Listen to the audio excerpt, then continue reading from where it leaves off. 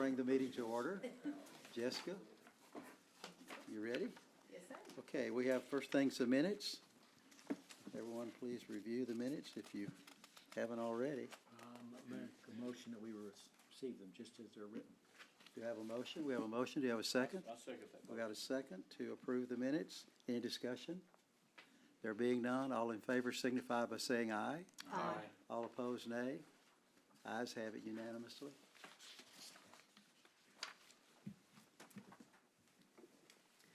All right, so your next item is item 3A.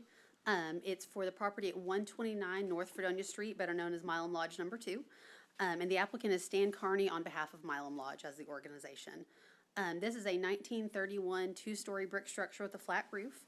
I will mention in the 1986 Historic Site Survey, it was mentioned that the front entry had been altered with a metal and plate glass doors and window openings, and that the three arched windows, three of which we're talking about today, are noted as significant in that review.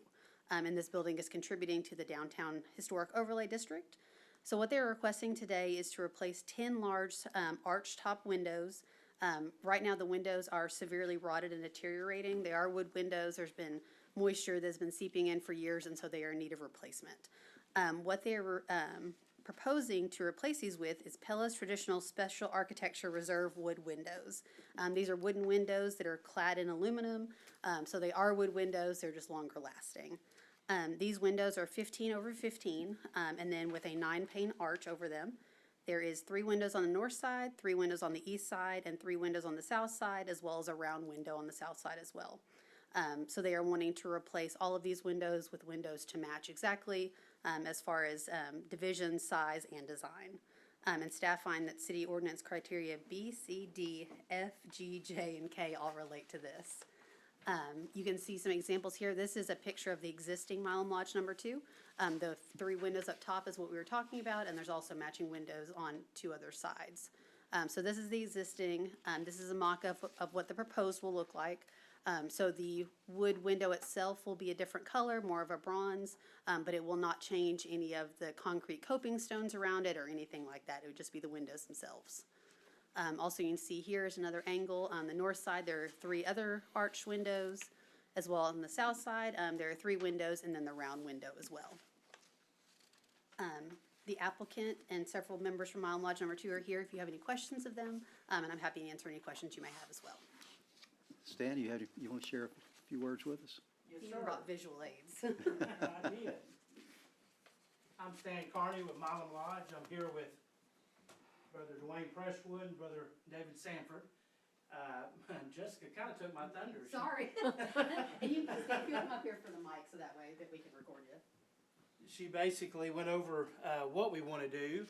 I've got a report in the packet on page 3 that shows the degradation of the wood windows. Of course, it was built, like Jessica said, in 1931, and over the years we've tried to maintain it. In fact, they put storm windows over them to try to keep the water from penetrating through, and unfortunately over years the caulking degrades and water has made it through to where a lot of the actual wood structure, the mainstay of the window, have bbeen painted over the years, but it's finally rotted in big sections. So we have sections of the arch tops that are wide, that are rotted about 4 to 6 inches in a lot of places, and this report actually shows where those rotted windows are. And so we took a look at different options as far as repair. There's not many companies, in fact just one out there that comes anywhere close to doing something of this nature, and it's cost prohibitive. So basically we reached out to Pella Wood Windows, who builds a really nice product, and I have a sample here today. And they build a product called the Traditional Wood Series, which is one of their highest made products. It's actually a wood window, like the windows that are there now. However, they go over the exterior with a cladding. It's an aluminum powder-coated cladding, but it's still made with the wide buttons to look like real wood windows. So it keeps the same style, the same architecture, and it's made for this very purpose, to go into historical locations, churches, stuff along that lines, and to keep your aesthetic appeal, your historic look.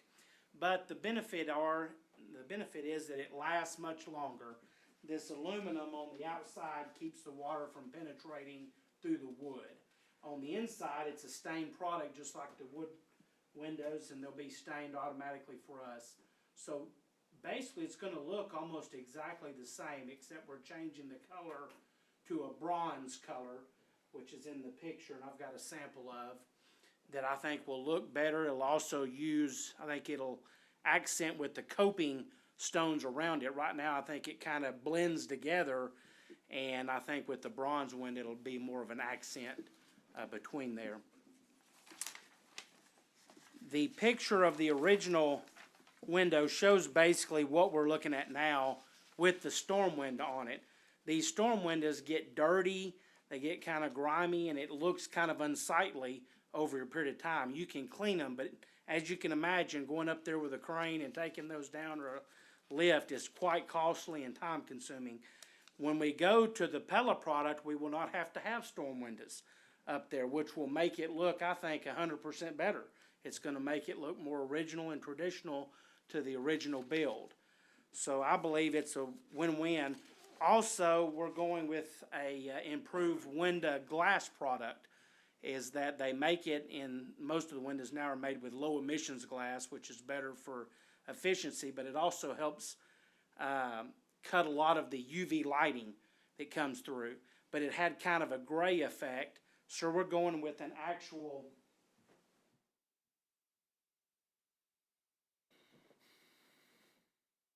bronze tinting, which I think will look better on the outside, and that's what the picture mock-up relates to, is having a slight bronze tint, not a reflective, nothing along that line. It's just a very mild bronze tint to the glass, which I think will look really well with the bronze. Now this is black, this is just a sample. And this top part shows the divides. You can get it with or without the divides on it. And we're going with the same divide, same button build as that's there currently. The building was built in 1931, and I think this will look almost exactly the same as when it was originally built. And I'll be happy to answer any questions that you have. Yes, ma'am. Who's doing the installation for you? It'll be actually Pella. Okay. Pella itself will do the installation. This is the only window product that I found that actually uses solid wood. A lot of different companies, Anderson, that you've heard about, actually uses pieced together products, and this is the only wood window product that uses solid wood and still kind of builds them in the traditional way. It's going to cost us quite a bit of money to keep that traditional, to the tune of about $80,000 with permits and everything, but I think it'll look really, really nice. What is the warranty on It's that? actually a limited lifetime warranty Okay. through Pella. Okay.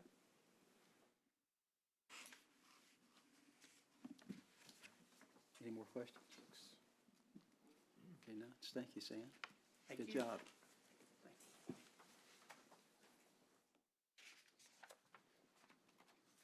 Do you have anything else?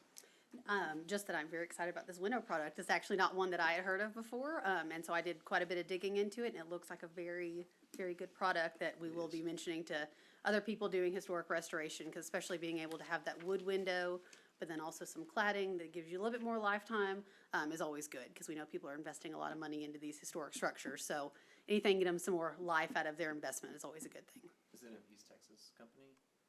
That I don't know. Is that an East Texas? No, they're built in Wisconsin. There's only about 3 companies that build them. Okay. Nice windows across the country, and Wisconsin has 2 of them, Anderson and Pella.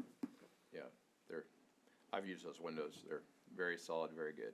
So, and they last, well, I haven't gotten to see how long they last, but they tell us that they last still a around. very long time. So, good choice on the window.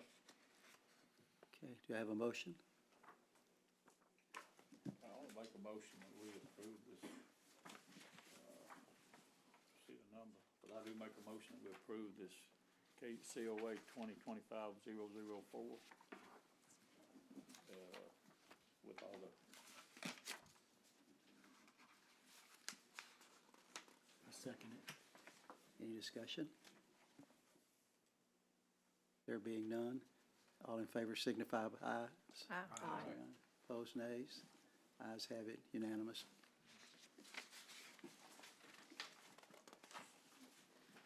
so your next item is item 3B, which is 122 North Church Street. The applicant Ryan Hairston. If this looks familiar, it's because this applicant came before you a couple months ago for this property as well. They applied for and were approved to put in an awning on the north side of this, or not an awning, excuse me, a window on the north side of this building. They are progressing a little bit further into their business plans and have a few additional requests. As a reminder, this is a 1958 one-story rectangular commercial structure with a flat roof, and it's in the downtown historic district. The applicant today is requesting to add a cloth and pipe awning over the west-facing front window, similar to other awnings in the downtown area, and install a black metal fence along the back of the property. Since they do intend on using that back area for some seating, they're wanting to make sure no one walks out into traffic or parking lots or anything like that. And staff find that B, C, D, J, and K relate to this request. And the applicant did supply some examples. So this is the window we were talking about, the 1/1 4-section window in the front. This is the window they're wanting to put an awning over. There is a Texas Historical Commission design rendering that was done for a previous owner. They supplied as well. You can see a green awning in this mock-up. So it was something that Texas Historic Commission put in their mock-up that was supplied. The owner gave a few awning examples. This is just a generic one, and this is an example of a similar awning in the downtown area that they like. They did not specify the color, but just the style. Also, the fence location, we highlighted in a big red square, but what they're actually wanting to do is the little black areas on your screen. That essentially will be right in front of their parking lot, and then on the south side in front of that little, it's actually a road, most people don't take it, but it's right next to Salon Haven and their building. So they're wanting to make sure that is blocked off so they don't have everyone accidentally walk out into a roadway and then into a parking lot that backs up to Church Street. They also have an example of some fence types that they are requesting. And I will mention that also in our design guidelines, these types of fences and awnings are recommended. As far as having a fabric awning is encouraged as long as it is maintained, and that the awning should fit the dimensions of the storefront openings. And also for the fences, it's either wood picket, wooden wire, or a wrought iron fence is considered appropriate for the downtown area. And the applicant was not able to make it today, but I'm happy to answer any questions you may have. So, I remember, when this, building came up before, was it 3 different types of brick on the building, like the front? Yes. Okay. Yes, the front, it was at least 2. The front had a certain type, and then down that north side, after about the first foot or 2 feet, it was a different style of brick down that side. And the front section where they're putting the awning, is that the new brick, the newest brick? No, that is the older brick. Yes. And they are gonna close off that alleyway, is that what you're saying? Yes, so they would close it off from their parking lot area. They would just have a fence that lines their property line. It's like Not, that carport not the back there alleyway right now, itself. right? Yes, there's a carport and some parking The area. back part there, not the alleyway itself. They're not gonna be able to close that, are they? No, they would not close the alleyway. They would just close so the alleyway runs like this. They would just put a fence up kind of next to it. Just to make sure no one accidentally walks out into an alleyway that people do drive down. Yeah, okay, cause the way it was blacked in there, it looked like it was kinda in the middle of that alleyway. No, it would just be on their property line, roughly right there. That was drawn in with a Sharpie, so it may be a little bit thicker than it should be. Well, the Salon Haven actually owns that alleyway, it doesn't belong to the city, I don't think. I believe you're right. They just wanted to make sure, since there'll be some seating back there, that no one accidentally walks into an alleyway. They don't realize that people do drive So down. it's basically where their old patio was for that, when it was a home. Yes, I believe so. Any more questions? Do we have a motion?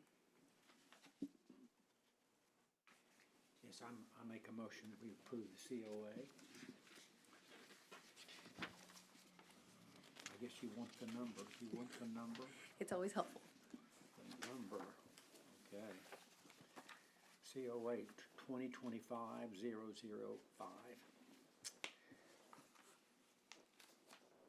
A second. That's my motion.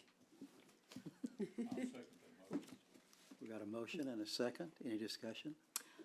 I have a question. Okay. I'm concerned that fence is gonna stay damaged all the time with traffic coming down that alley.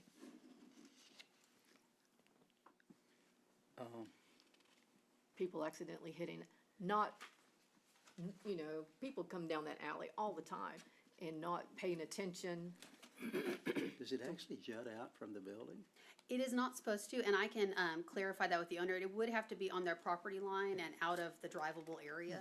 And they will also have to get a fence permit, so that area will have to be measured to make sure it's on their property line and not impeding any traffic.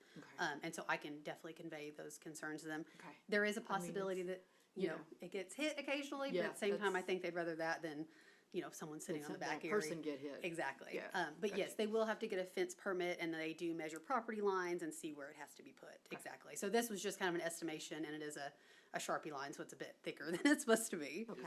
The idea that it would be flush with the side of the building, or would it?